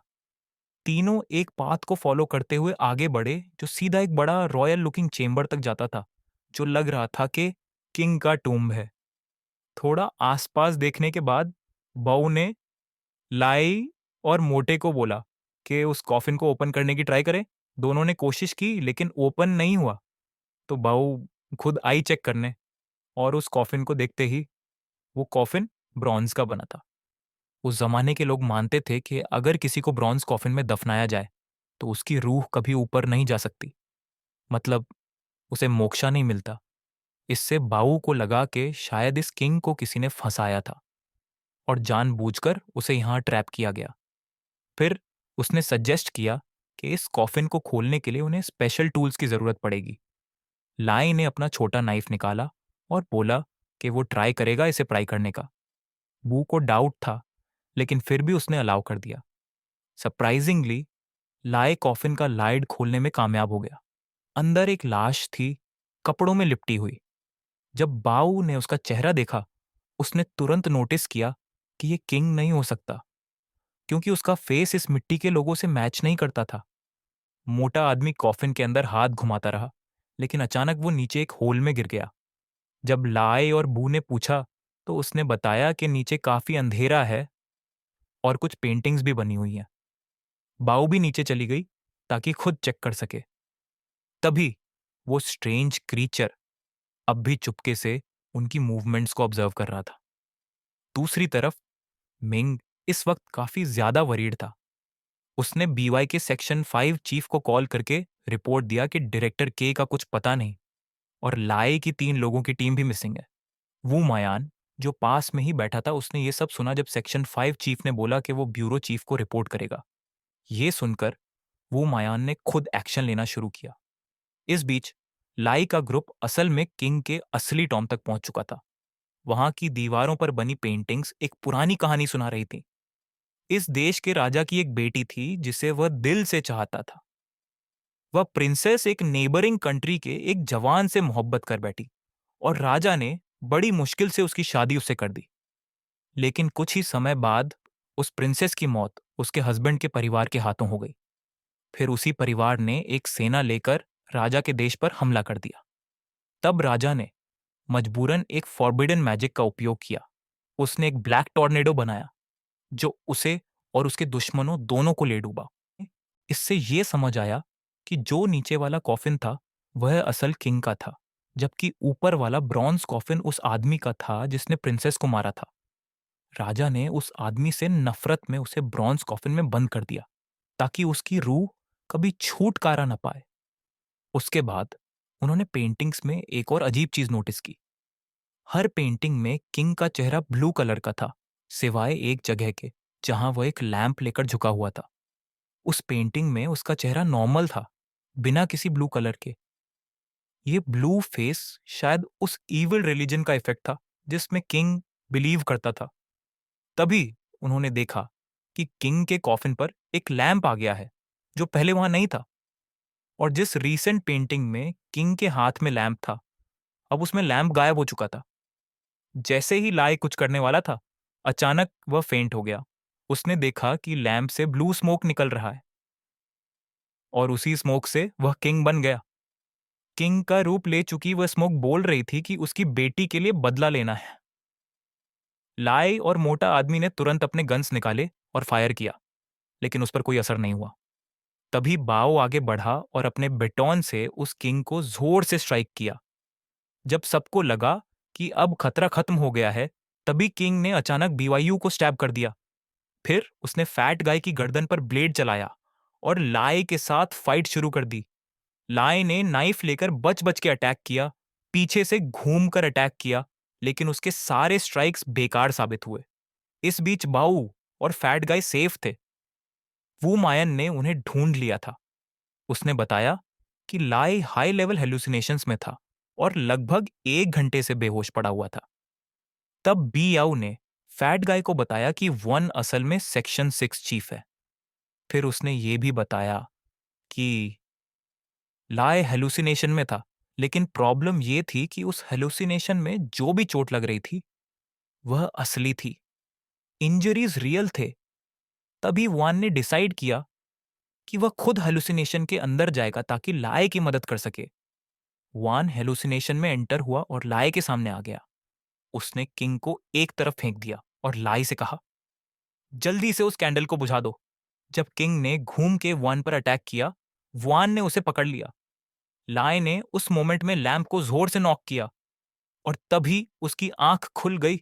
वह हल्यूसिनेशन से बाहर आ गया। बाद में लाई की मुलाकात फैट गाय से हुई, जहां उसने चीफ वू के बारे में सुना। चीफ ने लाई को उसकी वीक स्किल्स के लिए क्रिटिसाइज भी किया। लाई को फिर एक रास्ता याद आया जिससे वह लोग वहां से एस्केप कर सकते थे। इस बीच पूजान ने ब्यूरो चीफ को इन्फॉर्म किया कि वेन मिंग भी रेलिक के नीचे चला गया है। अच्छी बात यह थी कि बू ने कुछ सिग्नल्स भेजे थे, जिसके बेस पर उन्होंने अंडरग्राउंड रेलिक का एक टेम्पोरेरी मैप हासिल कर लिया था। ब्यूरो चीफ ने तुरंत ऑर्डर दिया कि पूजन एरिया को कॉर्डन ऑफ करे और मैप के बेस पर एक्सकेवेशन का काम शुरू किया जाए। थोड़ी देर बाद किसी ने पूजान को बताया कि उन्हें एक सिग्नल मिला है, शायद वेनमिंग का, और ये सिग्नल सेंट्रल एरिया से आ रहा है। तब लाई ने अपने ग्रुप को एक इंपॉर्टेंट बात बताई। जब किंग धुआं बन के भाग गया, उस वक्त बाओ ने एक हिडन पैसेज देखा। बाद में जब उन्होंने एक हिडन डोर खोला तो उसके अंदर एक और फॉर्मेशन था। बाओ को शक हुआ कि जो पहले में उन्होंने हेलुसिनेशन देखा था, वो जानबूझकर लाए को कुछ इन्फॉर्मेशन दिखाने के लिए था, ताकि सब लोग इस दूसरे फॉर्मेशन में फंस जाएं। वुआन ने बताया कि ये 9 मौतें एक जीवन संरचना है, जिसमें सिर्फ एक रास्ता जिंदा बचाता है और बाकी 9 मौत की तरफ ले जाते हैं। देखने से लगता था कि कोई पैटर्न नहीं है। शायद जिसने ये बनाया उसे भी नहीं पता कौन सा रास्ता सही है। वुआन ने कहा कि उनके पास इस फॉर्मेशन को सॉल्व करने का कोई तरीका नहीं है, इसलिए उसने फैट गाय से कह दिया कि बस रैंडमली कोई एक रास्ता चुनो। फैट गाय ने हिचकिचाहट दिखाई, लेकिन वुआन ने फिर भी इंसिस्ट किया कि वह एक रास्ता चुने। तो उसने बीच वाला रास्ता चुना। जब वो लोग कुछ दूर तक चले तो उनके पीछे का रास्ता गिरना शुरू हो गया। फैट गाय डर गया और बोला, अगर हम मर गए तो मुझे ब्लेम मत करना, ब्लेम वुमयन को करना जिसने मुझे ये रास्ता चूज करने को कहा। लेकिन जिस रास्ते पर वो थे वो सेफ था, कुछ नहीं हुआ। थोड़ी देर बाद अचानक उनका रास्ता भी टूटने लगा और सब लोग गिरते चले गए। गिरने के बाद भी सब लोग एक फॉरेस्ट में जाकर गिरे और सरप्राइजिंगली सब सेफ थे। वो मायन भी हैरान था कि कोई 3 लेयर हेलुसिनेशन जैसा कुछ कैसे क्रिएट कर सकता है। फिर उन्होंने डायरेक्टर क्यू और वेनमिंग को पानी के नीचे देखा तो सबने मिलकर उन्हें बचाने के लिए नीचे स्विम किया। जब उन्हें ऊपर खींच रहे थे तब फैट गाय पानी के नीचे एल्गी में उलझ गया और वापस नीचे खींच गया। लाई तुरंत नीचे स्विम करके गया और एल्गी काटकर फैट गाय को रेस्क्यू किया। जब सब लोग वापस शोर पर आए तब उन्होंने वेनमिंग को रिवाइव कर दिया। फैट गाय ने तब पूछा कि ये दोनों पानी के नीचे कैसे गए थे। वहां जब वेनमिंग ने बताया कि वो तीनों को ढूंढने गया था तो अचानक पानी में उसकी मुलाकात डायरेक्टर क्यू से हो गई। उसने उसे बचाने की कोशिश की, लेकिन एल्गी में उलझ गया और नीचे खिंच गया। अचानक डायरेक्टर क्यू जाग गया और वेनमिंग पर तलवार लेकर टूट पड़ा। फैट गाय को लगा कि डायरेक्टर क्यू अब वेनमिंग से हिसाब बराबर करने आया है, तो लाई ने उसका अटैक रोकने की कोशिश की, लेकिन वो पीछे गिर गया। उन्हें शक हुआ कि डायरेक्टर क्यू हेलुसिनेशन के इफेक्ट में है। दोनों ने मिलकर डायरेक्टर क्यू को रोका, जबकि वान ने कुछ पानी में फेंक दिया। तभी पानी में जबरदस्त आग लग गई। वुआन ने कहा कि ये पानी ही हेलुसिनेशन का एजेंट था। इतना कहना था कि डायरेक्टर क्यू का होश ठीक हो गया। वू मायान ने कहा कि टूम में जो लैंप था वो इसी पानी से आया था। तभी वो क्रीचर जिसने पहले लाई पर हमला किया था वो ट्री ब्रांचेस में दिखाई दिया। ग्रुप ने उस पर फायर किया, लेकिन वो इतना फास्ट था कि किसी का शॉट नहीं लगा। वुआन ने आग फेंकी ताकि उसे हटाया जा सके। फिर उसने जानबूझकर उसे अपने पास आने दिया और ड्रैगन फायर अनलीश किया उसे मारने के लिए। तब ग्रुप हलुसिनेशन से बाहर आ गया। फैट गाय सोच रहा था कि वू मयान को पहले इंटरवीन करना चाहिए था। वू मयान ने कहा कि अगर सब कुछ फैट गाय ही करेगा तो बाकी लोग अपनी सैलरी का क्या करेंगे। बाद में उन्होंने वो लोग भी ढूंढ लिए जो मिसिंग थे और लग रहा था कि वो डेथ फेन स्टेट में थे। मतलब उनकी काई चैनल्स ब्लॉक होने की वजह से वो बेजान लग रहे थे। पीयू ने एक रास्ता भी खोदा था, तो पहले उन्होंने इंजर्ड लोगों को बाहर निकाला। फैट गाय ने कुछ वैल्यूएबल्स नोटिस किए और कुछ उठाने का मन बनाया। उसने एक नेकलेस भी उठाया और पूछा कि क्या ये लाई का है, लेकिन लाई ने कहा शायद किसी और का होगा तो वो उसे वापस कर देगा। वू मायन ने उस नेकलेस पर जो सिंबल था उसे पहचान लिया, कुछ जाना पहचाना लगा। टीम ने फिर रेस्क्यू मिशन कंप्लीट करने के बाद वापस जाना शुरू किया। फैट गाय को एक्सीडेंटली अपने कपड़ों में कुछ जेड स्टोन्स मिले। वेन मिंग ने कहा कि सबको इक्वली बांट देते हैं। वुमायन ने भी एक स्टोन लिया और लाई से कहा कि वो बाद में एक सर्टेन एड्रेस पर उससे मिले और ये बात किसी और को ना बताए। तभी बाव अंदर आया और डिमांड किया कि वो लोग क्या छुपा रहे हैं। सब कुछ उनसे छीन लिया। थोड़ी देर बाद ऑफिस वापस आकर वेन मिंग ने फैट गाय और लाई को ड्रिंक्स पर बुलाया, मिशन कंप्लीट होने के सेलिब्रेशन के लिए। एक सबने मिशन में काफी सिग्निफिकेंट कॉन्ट्रीब्यूशंस दिए थे, जिससे सेक्शन 1 की रेपुटेशन बूस्ट हुई। सेक्शन 5 के चीफ भी ड्रिंक्स पे आ गए और बोला कि ग्लासेस से नहीं, बॉटल से ड्रिंक करो। वेन मिंग ने एक होल बॉटल एक ही बार में पी ली और ड्रंक हो गया। कहने लगा कि नए 2 एम्प्लॉयज ही असली स्टार्स हैं। उसने एक बॉटल फैट गाय को दी, जिसने पूरी पी ली, लेकिन उसकी अल्कोहल टॉलरेंस लो थी तो वो तुरंत पास आउट हो गया। लाई छोड़ के जाना चाहता था, लेकिन उसे भी पकड़ लिया गया और जबरदस्ती ड्रिंक करवाया गया। नेक्स्ट मॉर्निंग लाई को याद आया कि उसकी ट्रेनिंग है, तो उसने फैट गाय को जगाया, लेकिन देखा कि वो ब्लू हो गया है। लाई उसे तुरंत मेडिकल डिपार्टमेंट ले जाने लगा। रास्ते में बाव मिल गई। उसने सिचुएशन चेक की और फैट गाय को अपने सेक्शन चीफ के पास ले गई।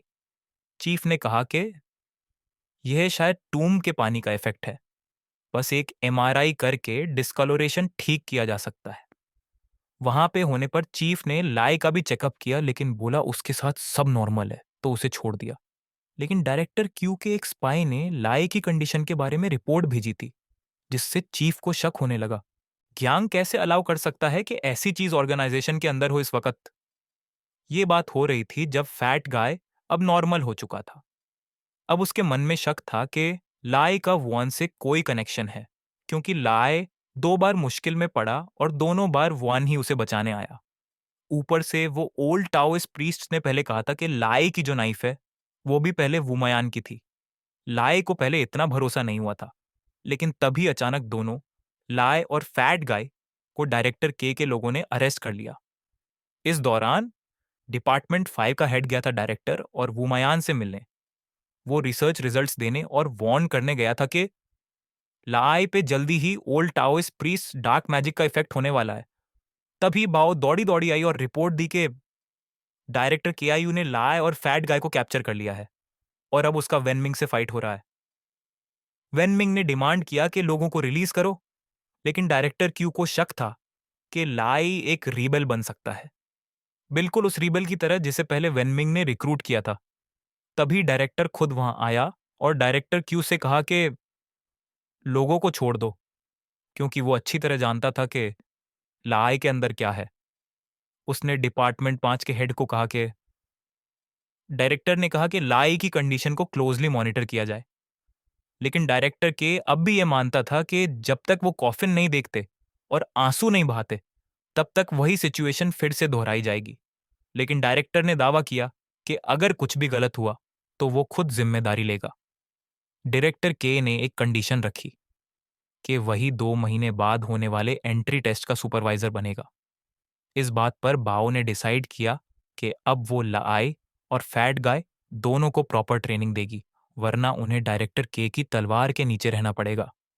नेक्स्ट मॉर्निंग से ट्रेनिंग शुरू हुई। सुबह जॉगिंग, उसके बाद chemical synthesis, gun shooting, wrestling, martial arts और कई और चीज़ें। रोज 7 बजे सुबह से 8 बजे शाम तक ट्रेनिंग होती थी, उसके बाद ही रेस्ट मिलता। 1 महीना गुजर गया। एक दिन बाओ उन दोनों को शॉपिंग ले गई। उसने नोटिस किया कि फैट गाय पूरी मेहनत के बाद भी वेट लूज नहीं कर पाया, 1 इंच भी नहीं, और लाई सारी शॉपिंग का सामान उठाए चल रहा था।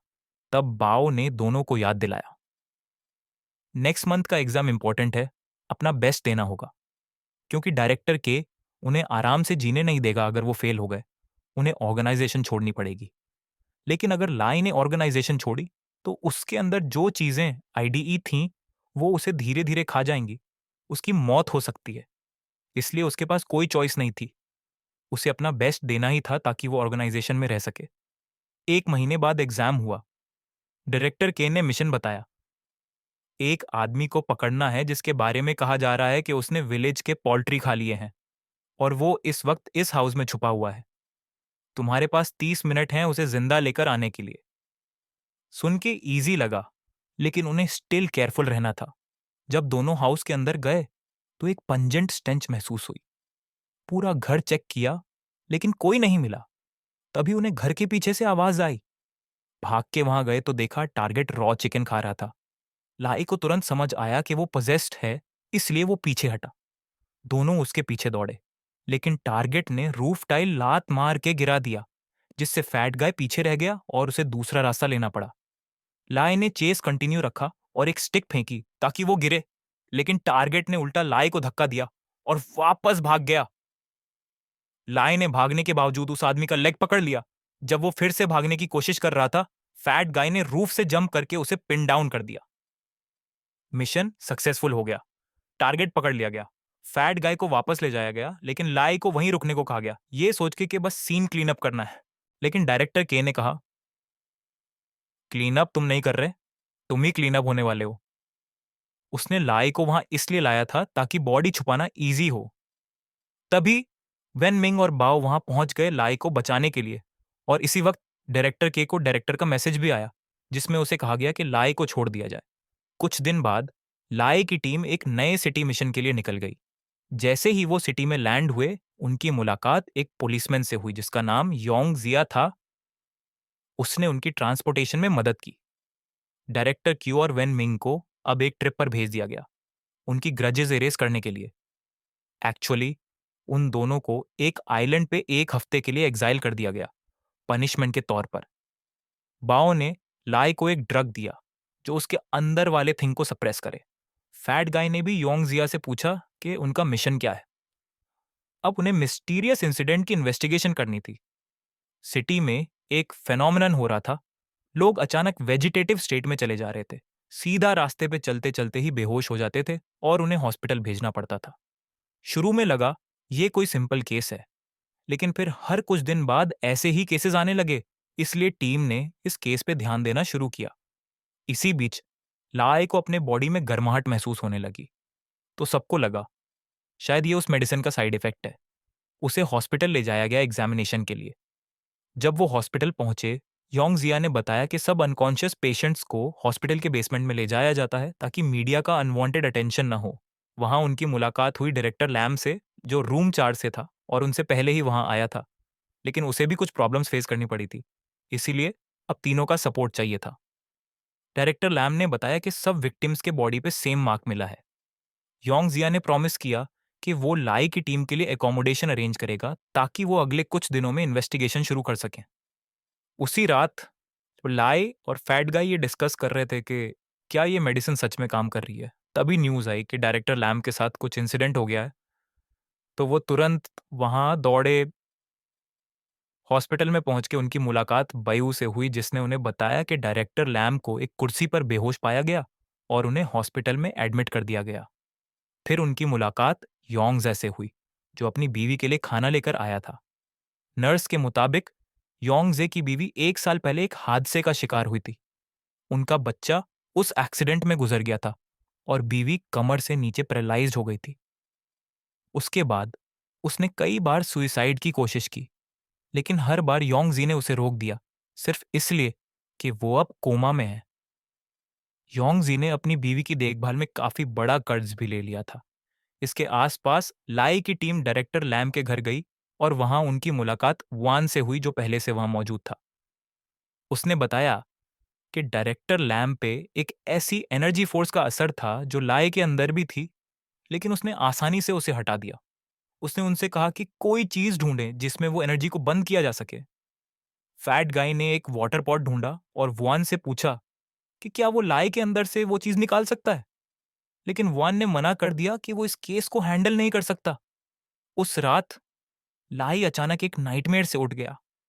वान ने अपनी कॉन्शियसनेस को एक्सट्रैक्ट करके एक एवेटार बनाया था ताकि उसका बॉडी रेस्ट करे और माइंड काम करता रहे। उसने लाई की आंख फैट गाय को दे दी।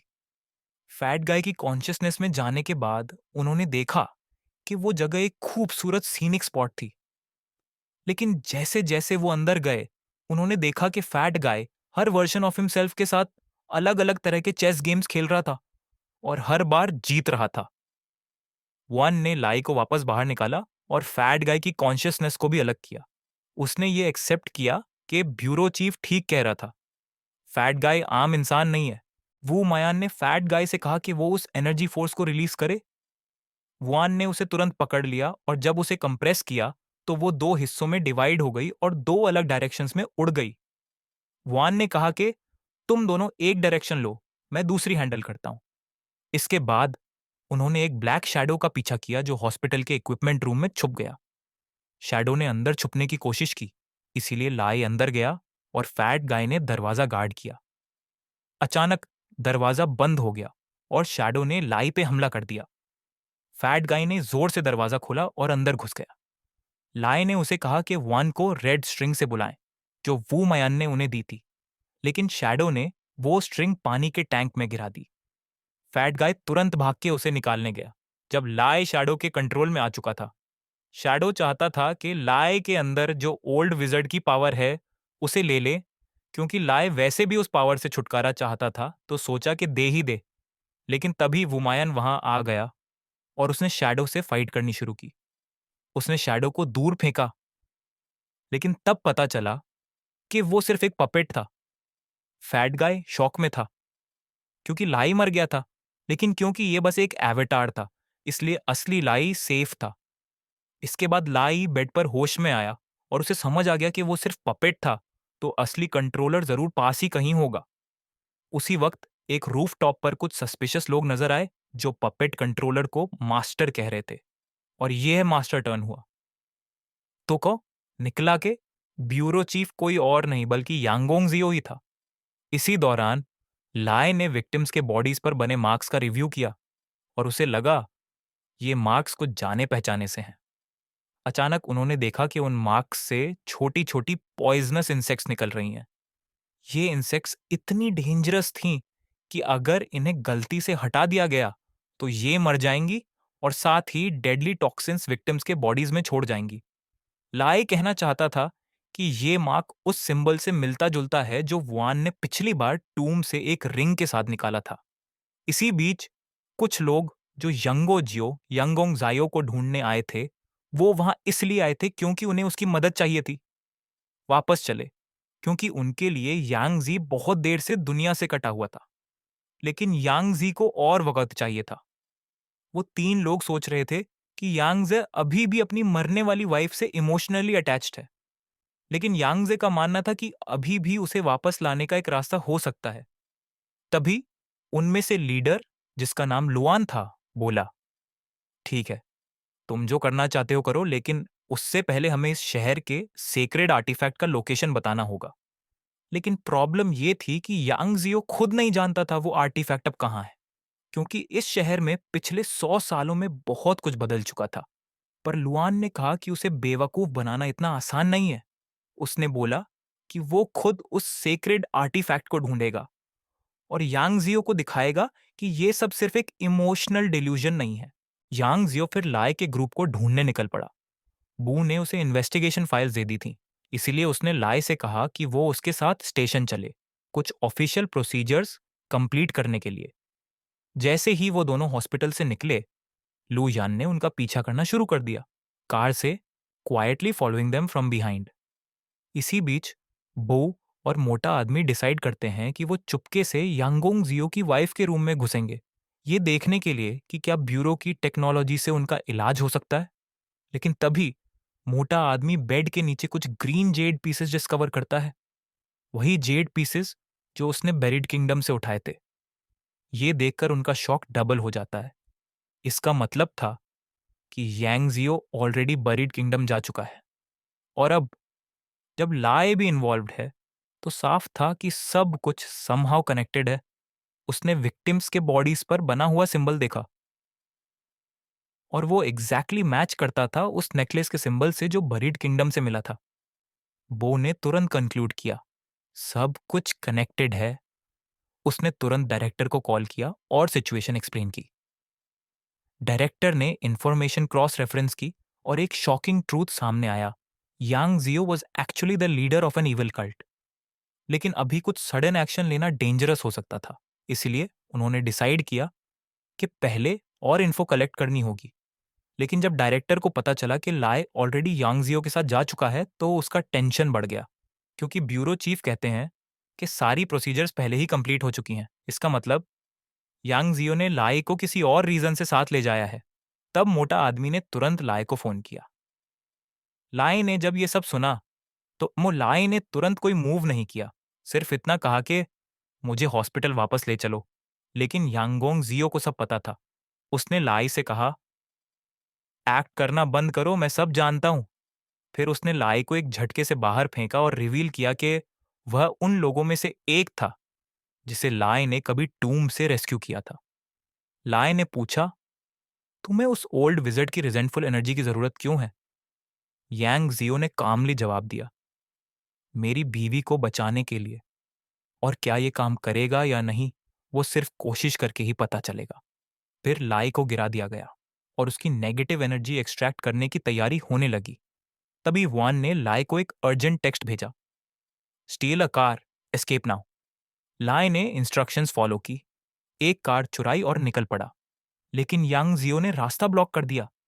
लाई ने डेस्परेशन में कार एक क्लिफ वॉल में टकरा दी, जिससे पत्थर गिर गए और यांग जियो उनके नीचे आ गया।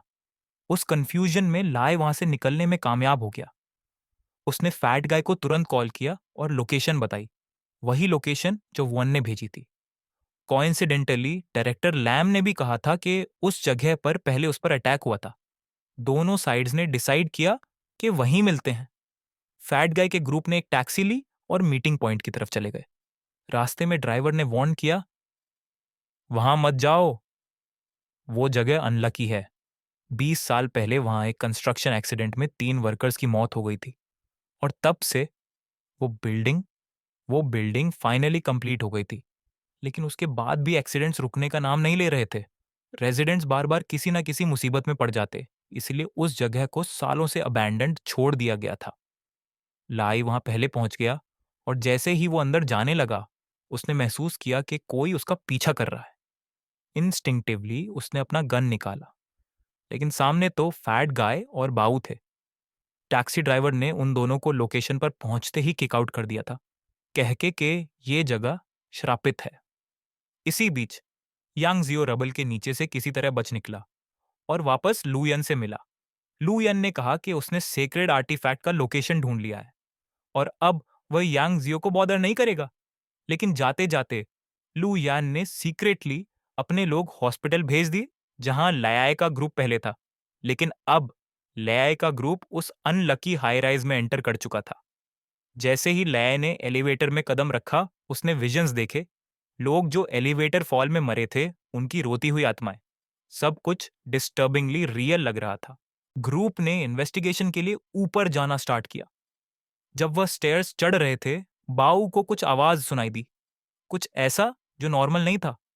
ग्रुप ने स्पीड बढ़ाई और ऊपर भागे।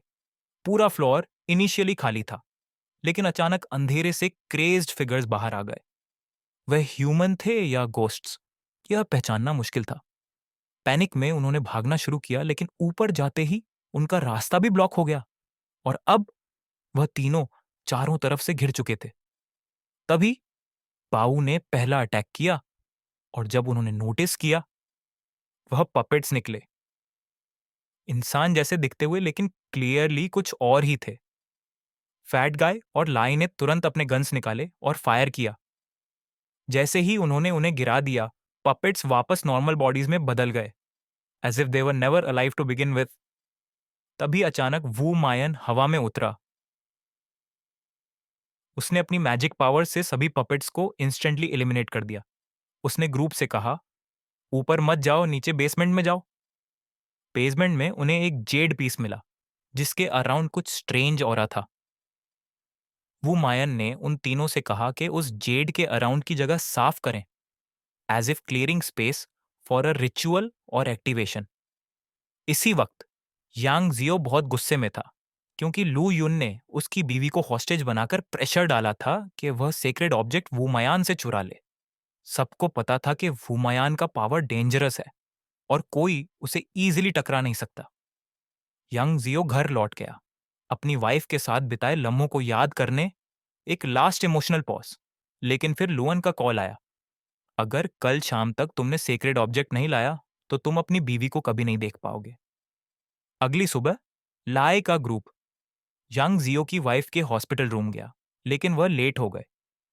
वू मायन ने ऑलरेडी एक बैग लाई को दे दिया था जिसमें सेक्रेड ऑब्जेक्ट था, और यांगोंग जियो को पता चल गया था। वह हॉस्पिटल के बाहर वेट कर रहा था। जैसे ही बाऊ निकला, यांग जियो ने लाई को रैमिंग अटैक दिया और बैग छीन लिया। यांग जियो एस्केप कर गया, इवन लाई को चकमा दे दिया, लेकिन तभी वुआन ने उसे पकड़ लिया। यांग जियो बोला, यह चीज पहले मेरी थी, मैं सिर्फ वापस ले रहा हूं। वुआन ने रिप्लाई दिया, मैं भी वही ले रहा हूं जो मेरा था। यांग जियो समझ गया कि वुआन हाफ पिल की बात कर रहा था, जो ओल्ड सॉर्सरर ने वुआन से चुरा लिया था। लेकिन यांग जियो ने वह पिल कभी नहीं रखी। वह ओल्ड मैन सिर्फ यांग जियो को शील्ड के रूप में यूज कर रहा था। जब यांग जियो वापस जाने लगा, लाए और फैट गाय ने उसका रास्ता रोका, लेकिन उसके बावजूद यंग जियो अब भी रुकने वाला नहीं था। इसने कहा कि शहर में लोग लगातार कोमा में क्यों जा रहे हैं, इसका उससे कोई लेना देना नहीं है। फिर उसने अपनी बांह में सुई चुभोकर खून निकाला और गायब हो गया। वान ने योंग जियो को जाने दिया, क्योंकि वह जादू आदि जिंदगी की ऊर्जा लेता है। लगता है यांगजी इस मामले का मास्टरमाइंड नहीं था, कोई और था। यांगजी फिर लू यान के पास गया अपनी बीवी वापस लेने, लेकिन लू यान ने कहा कि पहले योंग जियो को सेक्रेड ऑब्जेक्ट सौंपना होगा। अगर वह इसे नहीं सौंपेगा तो लू यान भी उसकी बीवी नहीं लौटाएगा, क्योंकि वह जानता था कि योंग जियो के पास टाइम प्रेशर है। योंग जियो ने सेक्रेड ऑब्जेक्ट लू यान को दे दिया, लेकिन लू यान ने धोखा दिया और अपने आदमियों को योंग जियो से निपटने का हुक्म दिया। योंग जियो ने लड़ने की कोशिश की, लेकिन पहले भागने के लिए उसने अपनी आधी वाइटल एनर्जी खो दी थी। योंग जियो अपनी बीवी के लोकेशन पर पहुंचा, लेकिन लू यान ने आकर उसे एक जबरदस्त ब्लो मारा और बताया कि उसकी बीवी की मौत तभी हो गई थी जब उसे वहां लाया गया था। योंग जियो अपनी बीवी की मौत से डेवस्टेटेड था। लू यान ने और खुलासा किया कि उसकी बीवी के एक्सीडेंट के पीछे भी उसका ही हाथ था। ये सुनकर योंग जियो का गुस्सा भड़क गया और उसने लड़ाई शुरू कर दी। वापस आते हुए लू यान ने दावा किया कि एक सेक्ट लीडर जैसे योंग जियो ने एक औरत के लिए अपनी सेक्ट छोड़ दी, इसलिए उसे योंग जियो की कमजोरी को खत्म करना पड़ा। योंग जियो को जमीन पर गिरा दिया गया और वह अपनी पत्नी के पास दूसरी दुनिया में जाने ही वाला था। तभी लाई का ग्रुप और वू मायन वहां पहुंचे। वू मायन ने दोनों स्टाफ मेंबर्स को लू यान के साथियों को संभालने के लिए कहा, जबकि वह योंग जियो की पत्नी की हालत देखने गया। योंग जियो ने वू मायन से कहा कि वह उसकी पत्नी से दूर रहे, लेकिन वू मायन ने सुझाव दिया कि योंग जियो को पहले अपनी फिक्र करनी चाहिए। इसके बाद वू मायन ने योंग जियो की पत्नी की आत्मा को बाहर निकाला और उसे नदी में बहने दिया। योंग जियो ने स्वीकार किया कि उसने गलती की थी जब उसने लू यान को सेक्ट में शामिल किया, लेकिन लू यान ने कहा कि असली गलती योंग जियो की यह थी कि उसने सेक्ट छोड़कर एक औरत का पीछा किया। दोनों एक दूसरे को गंभीर रूप से घायल कर चुके थे, इसलिए योंग जियो ने सुयांप फेंकी, जिससे छत पर रखा लोहे का कंटेनर नीचे गिर गया। जमीन पर आने के बाद योंग जियो लुयान को खत्म करने ही वाला था, लेकिन लाई के ग्रुप ने उसे रोक दिया, क्योंकि अगर लुयान मर जाता तो अस्पताल में भर्ती लोग भी मर जाते। योंग जियो ने इस बात की परवाह नहीं की, लेकिन लुयान अब भी ये कहकर खुश था कि अगर लोग उसके रास्ते बनाते रहे तो वह हमेशा जीतता रहेगा। उसकी मौत भी अगर हो जाती तो वह इसे सही मानता। लेकिन तभी आईयू ने रिपोर्ट किया कि अस्पताल में लोग जॉम्बी जैसे बर्ताव करने लगे थे। इस पर वू मायन ने योंग जियो और लाई के ग्रुप को वापस जाने के लिए कहा, जबकि वह यहां चीजों को संभालने की जिम्मेदारी लेगा। लाई का ग्रुप बाव वापस गया ताकि अस्पताल के अंदर के लोग बाहर ना निकल पाएं। इस बीच वू मायन ने लू यान को बुरी तरह पीटा और फिर उसके मुंह में एक सेंटीपीड डाल दिया। उसने कहा कि उसे शर्तें पसंद नहीं और न ही उसके पास सब्र है। लू यान को जहर के कीड़े हटाने होंगे, वरना वुमायन उसे मौत से भी बुरी सजा देगा। लाई का ग्रुप जहर के कीड़ों से निपटने में संघर्ष कर रहा था, लेकिन अचानक जहर के कीड़े हटा दिए गए। फिर भी बाओ चाहता था कि वे सभी जहर के कीड़ों को पकड़ें और उनका निपटारा करें, इससे पहले कि वे बाहर भाग जाएं। हालांकि जहर के कीड़ों का खात्मा हो गया, वो मायन ने तुरंत लुयान को नहीं छोड़ा उसने कहा कि वह उसे ब्यूरो लेकर जाएगा जांच के लिए। इसके बाद उसने योंग जियो से पूछा कि अब उसका क्या इरादा है, क्योंकि उसके पास एक तरीका है जिससे वह योंग जियो को उसकी पत्नी से फिर से मिलवा सकता है। लेकिन इससे पहले कि योंग जियो जवाब दे पाता, वू मायन ने उसे बेहोश कर दिया। जब योंग जियो जागा तो उसने खुद को अस्पताल में योंग जियो को एक पत्र मिला जो वू मायन ने उसके लिए छोड़ा था। पत्र पढ़ने के बाद योंग जियो हैरान रह गया। फिर उसने एक बच्चे की आवाज सुनी। यह बच्चा योंग जियो की पत्नी का पुनर्जन्म था। अब योंग जियो उसके साथ एक नई शुरुआत कर सकता था, लेकिन यह सब लगभग 20 साल बाद संभव होगा। अगले दिन लाई का ग्रुप मुख्यालय वापस लौटा। वहां मोटे आदमी ने बाओ से पूछा कि क्या उन्हें काम से छुट्टी मिल सकती है।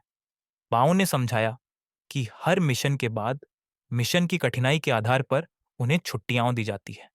सबसे कठिन मिशन जेड लेवल मिशन के बाद वे जितनी चाहें उतनी छुट्टियां ले सकते हैं। उन्होंने 2 बी लेवल मिशन पूरे किए थे, इसलिए उन्हें 6 दिन की छुट्टी मिलेगी। फिर उन्होंने चौंकाने वाली खबर सुनी कि वू मायन के कमरे 6 में एक नया कर्मचारी भर्ती किया गया है। मोटा आदमी हैरान था, क्योंकि वो मायन ने पहले कभी किसी को भर्ती नहीं किया था। वह यह देखने गया और हैरान रह गया जब उसने पाया कि नया कर्मचारी योंग जियो था। अब वह उनका सहकर्मी होगा। लाई ने मोटे आदमी को खींचकर दूर ले जाते हुए कहा कि वे वू मायन की इच्छाओं को नहीं समझ सकते। इस बीच एक पहाड़ी मंदिर में भिक्षु शादी की तैयारी में व्यस्त थे। अब्बोट का मानना था कि अगर विदेशी पादरी यह कर सकते हैं तो बौद्ध भिक्षु भी ऐसा कर सकते हैं। अब्बोट ने अपने शिष्यों से कहा कि सब कुछ उसकी इच्छाओं के अनुसार ठीक करें। अचानक एक शिष्य एक टूटी हुई अगरबत्ती को छूते ही आग की लपटों में घिर गया। जल्दी से उसे पानी के बड़े टैंक में डालकर आग बुझाई गई। फिर अब्बोट ने मंदिर के द्वार के बाहर किसी को देखा। उसने इस व्यक्ति को पहचान लिया। उसी रात उसने ब्यूरो चीफ को फोन कर सूचना दी कि जिसे वे मृत मान चुके थे वह अभी भी जिंदा था। अगली सुबह लाई अपने पुराने साथी की कब्र पर गया और वहां कैप्टन वांग से मिला। वांग ने उसे याद दिलाया कि वह कभी अपने सैनिकों की जिम्मेदारियों को न भूले। कैप्टन वांग के जाने के बाद अचानक बाओ लाई को खोजने आई और उससे कहा कि वह अपनी छुट्टी रोक दे, क्योंकि एक आपातकालीन मिशन आया है। अब मोटा आदमी योंग जियो को गाड़ी में लेकर मिशन के लिए जा रहा था। उन्होंने लाई और बाओ को भी साथ लिया और सभी मिलकर पहाड़ी मंदिर की ओर गए। लाई ने देखा कि मंदिर शादी के आयोजन स्थल में बदल गया था। वह समझ गया कि पुराना अब्बोट कुछ साजिश कर रहा है। लाई इस जगह को जानता था, क्योंकि उसने बचपन से वहीं पर जीवन बिताया था। बाओ ने दरवाजा खटखटाया और किसी को बुलाया। उस व्यक्ति ने लाई को पहचान लिया और चौंक गया कि वह लौट आया है। इस बीच जिस व्यक्ति की वजह से ब्यूरो चीफ चिंतित था, वह अब मुख्यालय पर था और लाई के ग्रुप की जांच शुरू कर दी थी। उसे पता था कि पूरा ग्रुप मंदिर गया है और यह भी जानता था कि ब्यूरो चीफ ने जल्दी कार्रवाई की थी। उसने अपने बनाए हुए प्रयोगात्मक नमूने सक्रिय कर दिए, ताकि यह देख सके कि ब्यूरो चीफ गांग अपने स्टाफ के सदस्यों के बिना कैसे काम करेगा। वह इस पल का लंबे समय से इंतजार कर रहा था और इसे अंजाम देने के लिए दृढ़ था। मंदिर में भिक्षु ने लाई से कहा कि अब्बोट को एक प्रतिभा जैसे लाई को खोने का पछतावा है। लाई ने सोचा कि वह पछतावा इस बात का है कि उसने लाई को कुछ और दिनों तक प्रताड़ित नहीं किया। फिर वे अब्बोट से मिले, जो लाई के लौटने पर बहुत खुश था। उसने कहा कि सालों पहले उसने जानबूझकर लाई के साथ सख्ती की, ताकि एक दिन वह एमडीओ ब्यूरो में शामिल होकर काम करे। लेकिन अब लाई ने उसे अपना गुरु मानने से इनकार कर दिया। इससे अब्बोट को लगा कि लाई अब भी पहले जैसा ही है। इसके बावजूद उसने सभी को रुकने का निमंत्रण दिया। आगे बढ़कर ग्रुप पर हमला करने की योजना बना रहा था। ब्यूरो चीफ ने मंदिर के अब्बोट को यह कहकर ले जाने की कोशिश की कि यहां अब रहना सुरक्षित नहीं है, लेकिन अब्बोट ने मना कर दिया और कहा कि वह मिन डियो ब्यूरो को परेशानी में नहीं डालना चाहता, इसीलिए वह यहीं रुकना पसंद करेगा। इस बीच मिन डियो ब्यूरो के स्टाफ पर अचानक राक्षसों के एक समूह ने हमला कर दिया। रूम 5 के प्रमुख ने पाया कि स्टाफ के सदस्य एक एक कर मारे जा रहे हैं। उसने तुरंत ब्यूरो चीफ को रिपोर्ट किया और उसे जल्दी आने के लिए कहा। ब्यूरो चीफ ने देखा कि उनके सिस्टम को हैक कर लिया गया था, जिससे सभी स्टाफ की पहचान उजागर हो गई थी। डायरेक्टर क्यू ने कॉल की। लेकिन ब्यूरो चीफ ने उसे नजरअंदाज करते हुए सभी स्टाफ को अपनी पहचान की ब्रेसलेट्स तुरंत त्यागने का आदेश दिया। लाई के ग्रुप ने अभी अभी अपनी ब्रेसलेट्स फेंकी ही थीं कि उन्हें पता चला कि पहाड़ी मंदिर पर हमला हो रहा है। लाई वापस जाने की योजना बना रहा था, लेकिन तभी सामने से एक राक्षस ने उन पर हमला कर दिया। मोटे आदमी ने कार को रिवर्स किया ताकि हमले से बचा जा सके, लेकिन थोड़ी दूर पीछे जाने पर उन्हें पीछे से एक और राक्षस ने घेर लिया।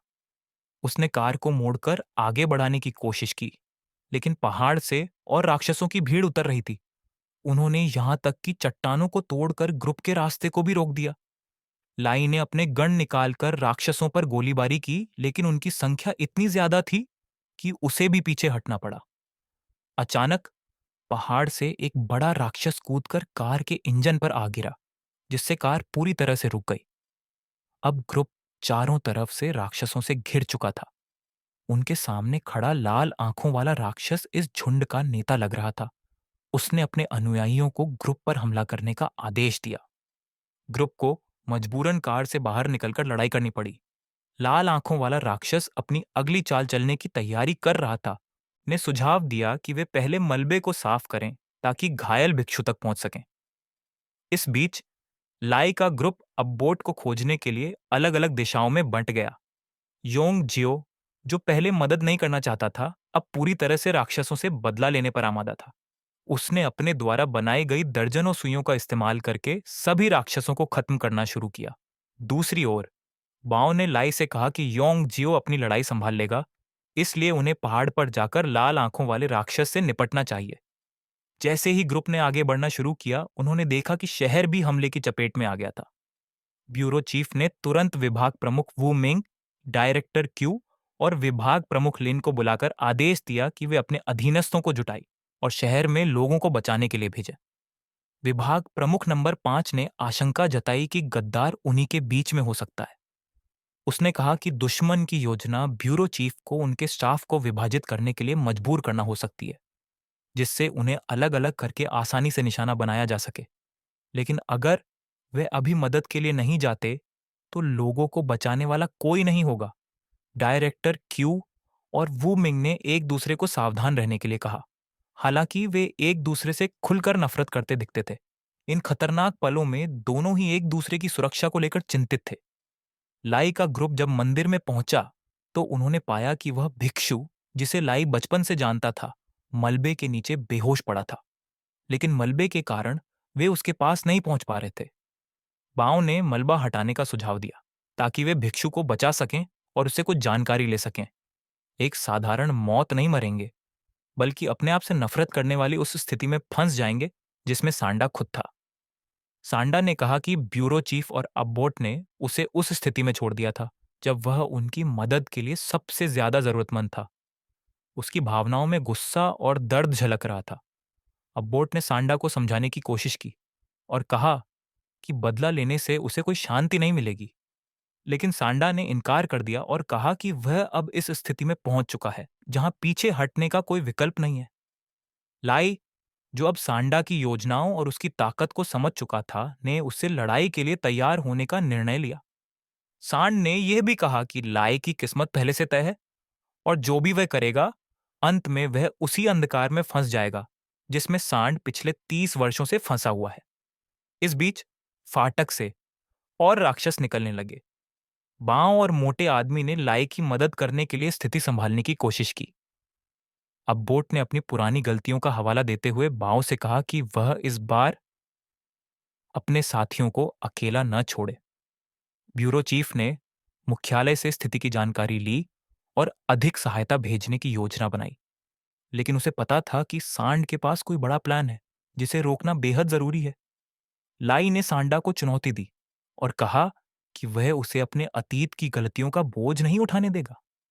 अब इस युद्ध में लाई और उसके साथियों को सांडा की क्रूरता का सामना करना था, साथ ही उस सच्चाई का भी जो उनके सामने धीरे धीरे खुल रही थी।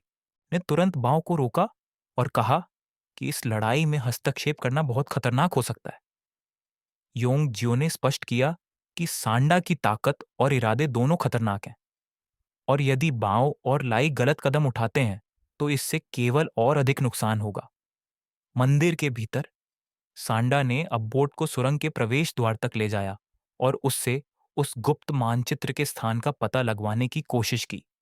अब्बोट ने यह महसूस करते हुए समझौता किया कि यदि वह टाल-मटोल करता तो लाई और उसके समूह को और अधिक नुकसान हो सकता था। सांडा ने सुरंग को खोलने के लिए बुद्ध की मूर्ति का उपयोग किया, जहां गुप्त रास्ता नीचे की ओर जाता था। उसने वादा किया कि वह अपना काम खत्म करने के बाद ब्यूरो चीफ गैंग कैकुनन को भी अब्बोट के साथ नीचे भेजेगा। यह सुनते ही लाई ने अब्बोट को रोकने की कोशिश की, लेकिन अब्बोट ने उसे दूर रहने के लिए कहा, क्योंकि यह केवल एक जाल हो सकता था। ब्यूरो के अन्य लोग, मिंडडियो ब्यूरो के लोग, राक्षसों की भीड़ से लड़ाई कर रहे थे। इस बीच विभाग प्रमुख लिन ने एक गली में डायरेक्टर के को खून से सनी तलवार के साथ पाया।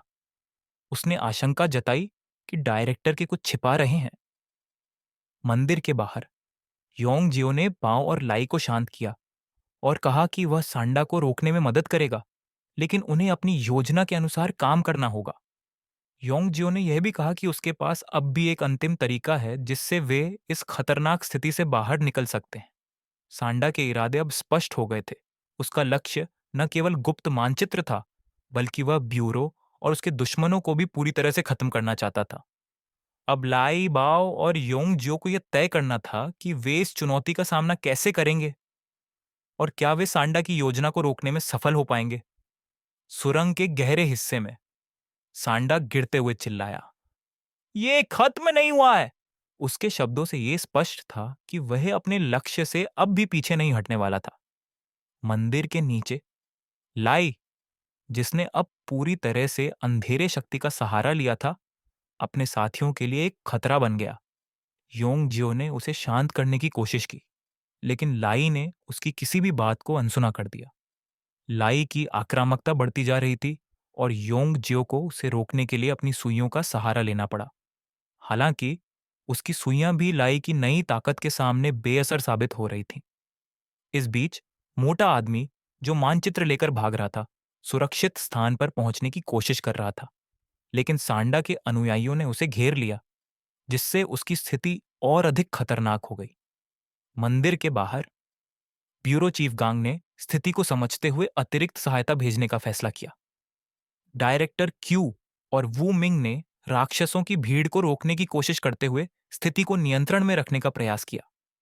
डायरेक्टर क्यू ने वू मिंग से कहा, हम चाहे कितना भी लड़ें, हमें इन लोगों को सुरक्षित रखना है। अंतिम संघर्ष। योंग जियो ने लाई को शांत करने का एक अंतिम प्रयास किया। उसने कहा, लाई, तुम यह नहीं हो। यह शक्ति तुम्हें नहीं, बल्कि तुम्हारे दुश्मनों को खत्म करने के लिए है। योंग जियो की बातों से लाई थोड़ी देर के लिए रुका, लेकिन अंधेरे की शक्ति अब भी उसे अपने नियंत्रण में लेने की कोशिश कर रही थी। अब्बोट, जिसने अपने सारे बल का उपयोग करके सुरंग का प्रवेश द्वार बंद कर दिया था, ने जोर से कहा, लाई, याद रखो कि तुम्हारे पास चुनाव है। ये शक्ति तुम्हें परिभाषित नहीं करती। लाई ने धीरे धीरे अपनी चेतना वापस पाई और खुद को नियंत्रण में किया। उसने सांडा का पीछा छोड़ दिया और मानचित्र को सुरक्षित रखने के लिए योंगजियो और बाओ के साथ मिलकर काम करने का फैसला किया। लेकिन इस लड़ाई के परिणाम स्वरूप ब्यूरो और इसके सदस्यों को यह समझ आ गया कि उनकी सबसे बड़ी चुनौती केवल बाहरी दुश्मनों से नहीं, बल्कि उन रहस्यों और शक्तियों से भी है जो उनके भीतर छिपी हैं। उसने जल्दी फैसला लेना था। वो मायान की आवाज उसके जहन में गूंज रही थी, तुम या तो तबाही के रास्ते पर चलते रहो या अपनी इंसानियत वापस हासिल करो। फैसला तुम्हारा है, लेकिन अब और देर करने का वक्त नहीं है। इस बीच जंग के मैदान में लाई, जो अब अपने अंदर की डार्क पावर से जूझ रहा था, हिचकिचा रहा था। उसका जिस्म भीग चुका था और चारों तरफ का केओस खत्म होने का नाम नहीं ले रहा था। सांडा के मॉन्स्ट्रस रूप की आग अब भी हवा को जलाए जा रही थी और मॉन्स्टर्स की डिस्ट्रक्टिव ताकत अभी तक थमी नहीं थी। मगर इस मैडनेस के बीच वू मायान की इंटरवेंशन ने उसे क्लैरिटी का एक लम्हा दे दिया।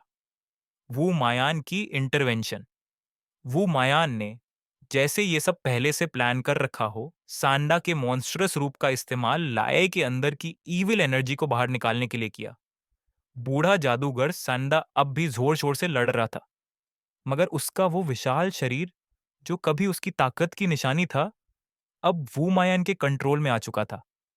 एक तेज मूवमेंट में वू मायन ने सांडा का सिर पकड़ लिया और उसकी एसेंस खींच ली, उसे बेबस बना दिया। यहां तुम्हारा रास्ता खत्म होता है, वू मायन ने ठंडे लहजे में कहा और संडा के सिर पर आखिरी गोली मार दी। मॉन्स्ट्रस थ्रेट का खात्मा वहीं हो गया। संडा का जिस्म लेक में गिर पड़ा और उसका खौफनाक राज एक हिंसक अंजाम पर खत्म हुआ। लाए का फैसला।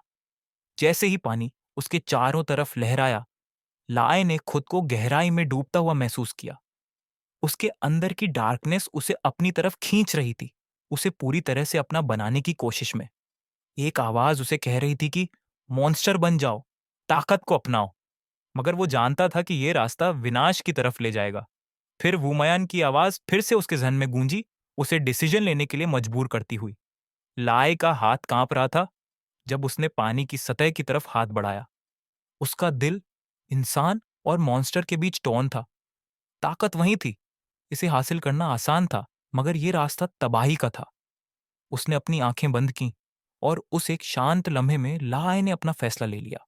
उसने कॉइन के उस साइड की तरफ हाथ बढ़ाया जो उसकी ह्यूमैनिटी को रिप्रेजेंट करता था। वो साइड जो दर्द भरा था लेकिन रिडेम्पशन की उम्मीद देता था। जैसे ही लाई पानी से उठा, उसकी पावर स्टेबलाइज हो गई और उसे अपने डिसीजन का असली वेट समझ आया। उसका सफर अभी खत्म नहीं हुआ था, लेकिन पहला कदम साफ था। अब वो लड़ेगा, सिर्फ अपनी सर्वाइवल के लिए नहीं, बल्कि उन लोगों के लिए भी जिनसे वो मोहब्बत